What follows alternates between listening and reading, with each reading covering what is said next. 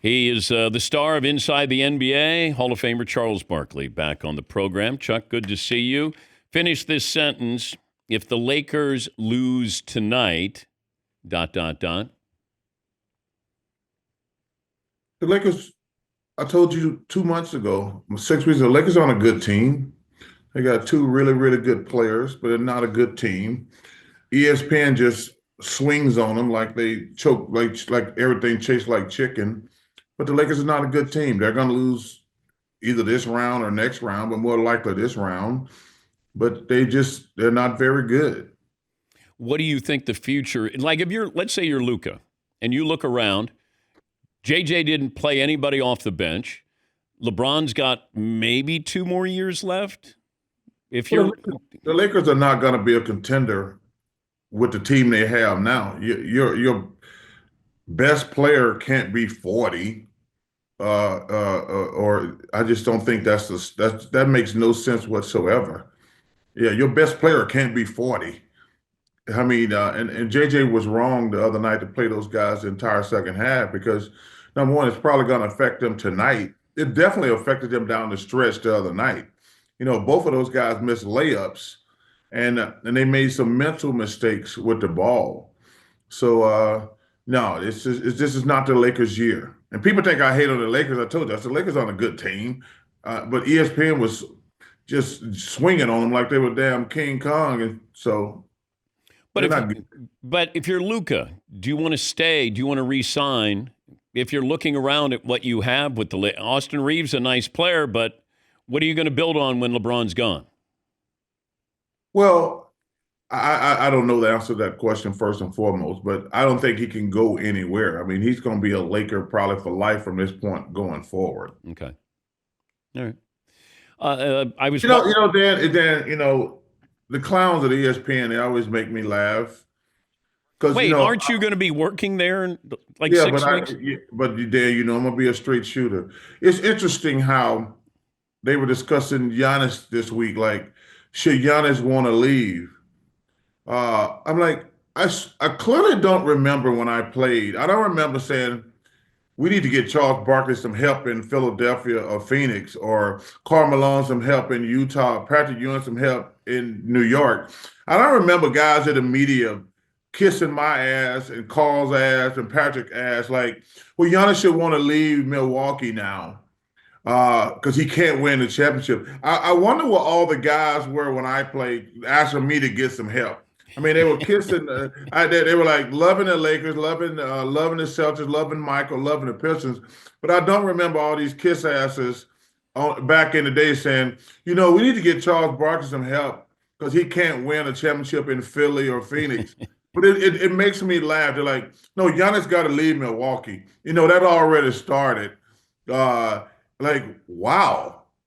Y'all were concerned about us other great players back in our day, but y'all all of a sudden now, y'all like, oh, Giannis has got to leave Milwaukee now. His championship window closed. I'm like, man, thanks for helping me out when I went out there with nobody. You had a great team in Phoenix. We had a really good team in Phoenix. You guys should have won the title that year. No, Michael was better. Mike was better, but you guys had a better team than the Bulls. It was a pick'em series, but Michael was the greatest ever. And then the next 2 years, Akeem was better than me when it counted.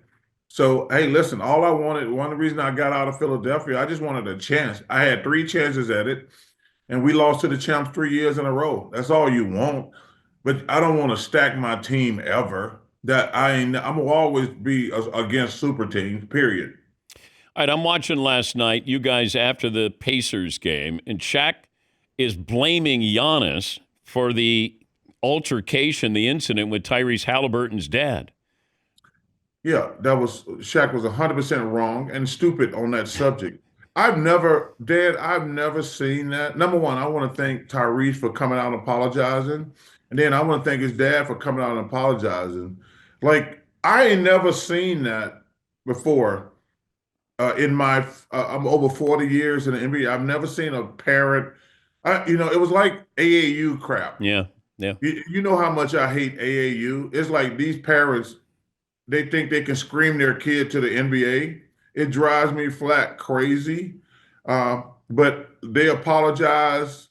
And let me tell you something. Giannis is one of my favorite players. He became more of one of my favorite players last night because ain't no way in the hell I wouldn't have clocked his ass. There ain't no way I wouldn't have clocked him. And I ain't trying to be no fake tough guy on television. There's no way I wouldn't have punched him in the face when he did what he did. There's no way. And like I say, I ain't trying to be no fake tough guy. But in that heat of the moment, Giannis said it, I didn't know it was his dad. If a regular fan came on the court and did that to me, I 100% would have punched him in the face. Should he get the same punishment as if that was just a fan and not Tyrese Halliburton's dad? I don't even know what the appropriate punishment is. Like I say, I'm glad they both apologized. I'm not sure what the punishment is, what was fair. How about you keep him away from the first playoff game, the next playoff game at home? That's fair. That's fair. I don't think he should be executed, but I think, hey, you can't come to the next two games at home. I think that would be fair. Or if he wants to be on the court so badly, he must play 5 minutes for the Pacers. That would be a great.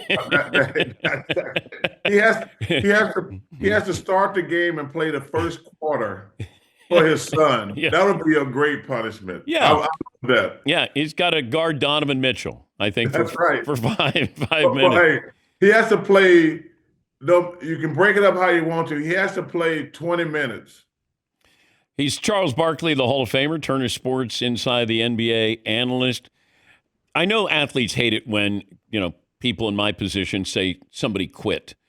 So I was trying to come up with a better description for what the Miami Heat did the other night against Cleveland. If they didn't quit, what exactly did they do? Well, it's interesting. It's three things I don't like doing. One thing I would never do, says somebody should get fired. I've made that clear for 25 years. I can say they're not doing a good job, but I would never say somebody should get fired. That's just like my number one rule. Secondly, I don't like using the word choke or quit because that's damning. But the Miami Heat quit in Game 4 because if you were not embarrassed after Game 3, and to come out and play like you did in Game 4, the Miami Heat, they quit. They were ready for Cancun, and it was really unfortunate because I have so much respect for Pat Riley, Alonzo Mourning, and Eric Spoelstra. And like I say, the Cavs were going to win the series. But to come out there and quit like that, but Eric Spoelstra said that was embarrassing. That was embarrassing for the Heat organization. And but I have faith in Pat Riley, Alonzo Mourning, and Eric Spoelstra. They're gonna fix it. I mean, once Jimmy Butler forced his way out of there, they needed to get the season over with. I hated it ended as badly as it did, and it was unfortunate. But they quit. Steve Kerr came out and said Draymond Green is the best defender he's ever seen. Well, he can say that, but he's supposed to. That's his player. But he's not a better defender than Michael, Kobe, Dennis Rodman. He's a terrific defender, but he's not. He's gonna say that. Yeah, but you got to be also honest when you do it from the standpoint of he played with Michael, so he did see the best defensive player. Listen, I think in the moment he got to say the reason Draymond wasn't in the game because Sengun was cooking him. He got him in foul trouble. Like Draymond was in foul trouble. Why was he in foul trouble? Because Sengun was cooking him. So, but listen, Draymond is a heck of a player. He's a really good player. He's a really good defender. But I expect coaches to defend their players. I really do. He's not a better defender than Rodman was when Dennis was with the Pistons. No, he was not. No, he was not a better defender than Rodman. I can 100% say that. Dennis was amazing. But Pippen, to me, was a better defender than Mike. Scotty could guard everybody. Well, he couldn't guard me. They doubled me with Horace Grant. Now, let's get that out the way. Okay, all right, But that's fair. but you know what? I will agree. Scott is a better defender than Draymond. I'll give him his flowers. Um, Who did but you love seeing on you? Like I when never, I never even worried about it, Dan. Nobody. You remember back in the day when they had the Jordan stopper? We used to laugh about that. Like, are you serious? Gerald Wilkins? Like, are you serious right now? There's no great player. There's no great player who can be stopped. You can make him work hard. Like, you can't stop Giannis. You can't stop Bird. You can't stop Dominique Wilkins. You're not going to stop me. You're not going to stop Kwame. Now, you can make us work hard, but this notion that you're going to stop a great player, that's insane. You're not going to stop a great player, period. But there wasn't a guy where you go, because George Gervin, I asked him that question. I said, Ice, who was the guy that you couldn't wait to see on the court? And he goes, Kevin Grievy. He played for the Baltimore Bullets. He said, I loved playing against Kevin Grievy because I knew I was going to score. You didn't have that guy where you go, I'm putting up 40.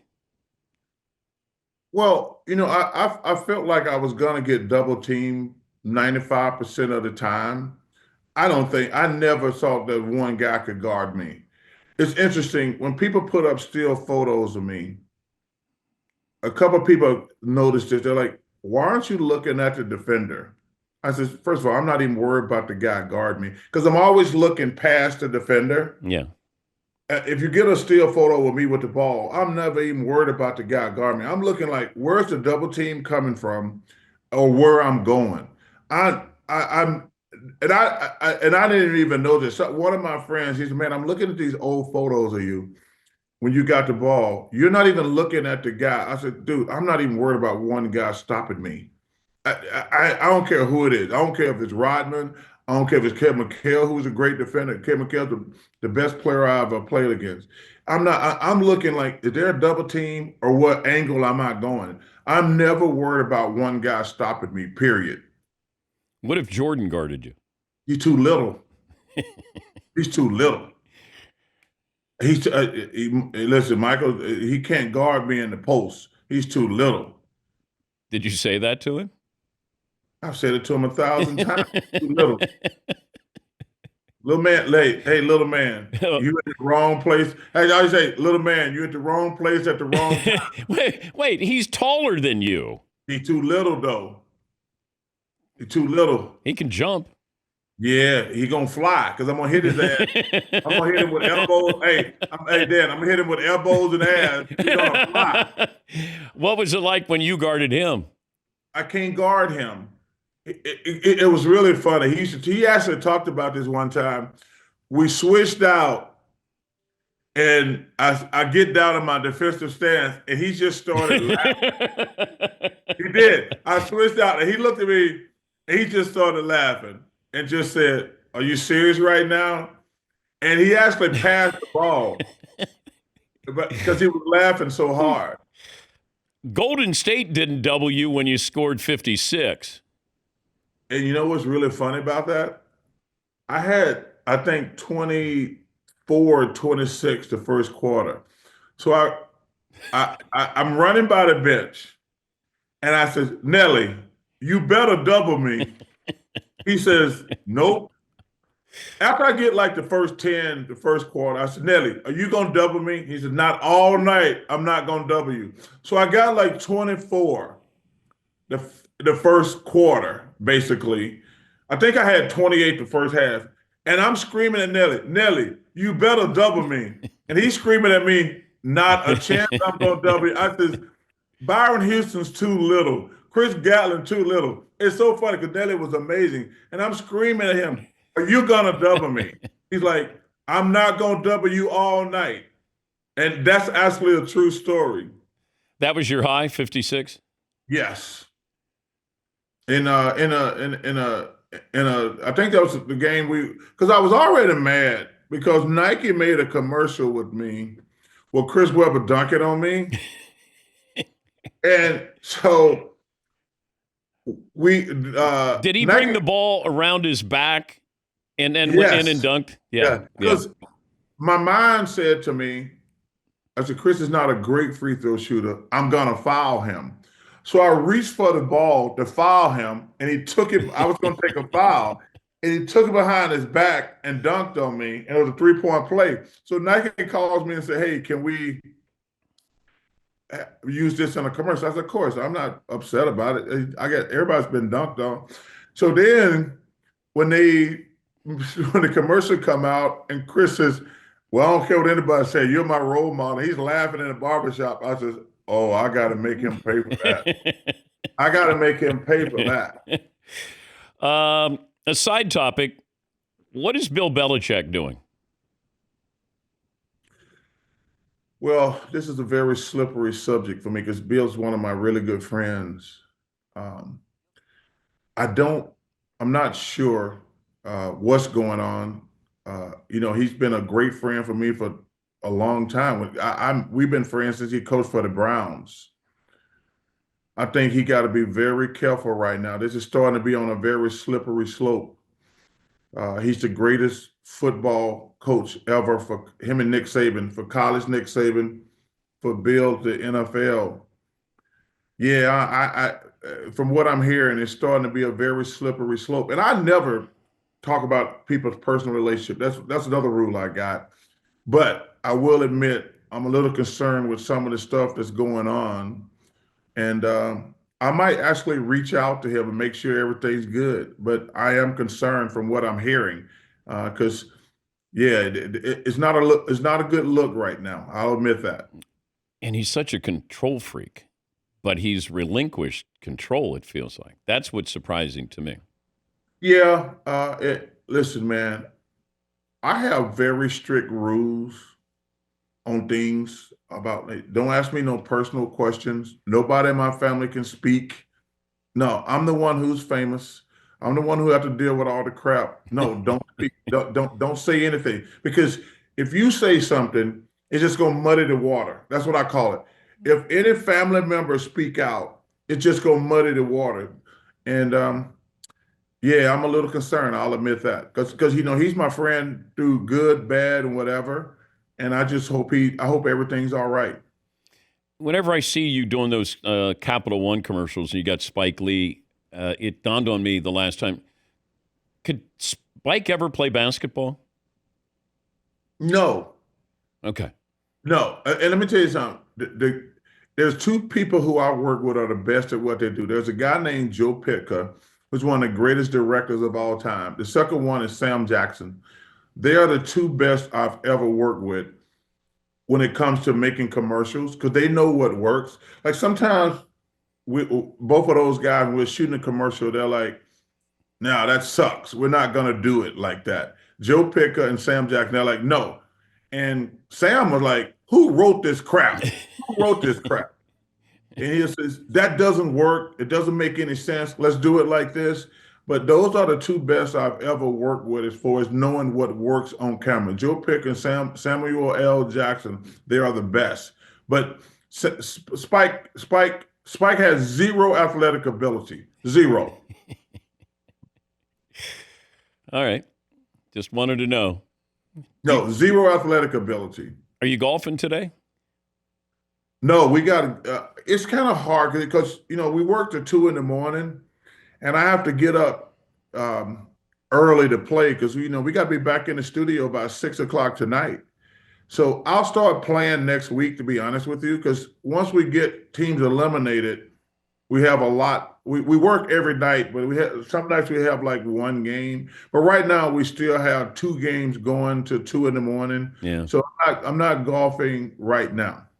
Shaq had to go to the bathroom the other night. No, man, that was hilarious, wasn't it? Hey, but you know what's so funny, Dan? He's not even my age yet. Like back probably 5 to 7 years ago, if I had to go to the bathroom, like if I was watching something on television, I could hold it. And like once I got like 55, you can't. And he's getting at that age now. Be like, yeah, if you try to hold it, it's gonna come out on its own. Yeah, so I told him, I says, welcome to old time age, brother. You can't when you gotta go, you gotta go. It's that simple. We got to go. Great to talk to you again. Thank you, Chuck. All right, brother. Thanks for having me. You take care of yourself, brother. Charles Barkley. We'll take a break. Back after this.